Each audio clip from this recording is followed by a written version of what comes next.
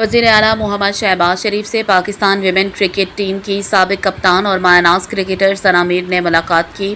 وزیر اعظم نے international cricket council (ICC) کے ہال آف فیم میں ثنا میر کا نام شامل ہونے پر انہیں دل کی گہرائی سے مبارکباد دی۔ انہوں نے کہا کہ ثنا میر نے بطور کپتان پاکستان ویمن کرکٹ ٹیم کو عالمی سطح پر کامیابیوں سے ہمکنار کیا اور ملک کا نام دنیا بھر میں روشن کیا۔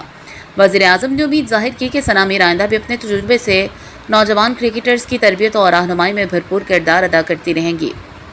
انہوں نے کہا کہ حکومت کھیل کے ہر شعبے میں میرٹ کی بنیاد پر ٹیلنٹ کو فروغ دے رہی ہے۔ وزیر اعظم کا کہنا تھا کہ کرکٹ سمیت ہر کھیل میں مرد و خواتین کھلاڑیوں کو مساوی مواقع اور سہولیات فراہم کرنا حکومت کی اولین ترجیحات میں شامل ہے۔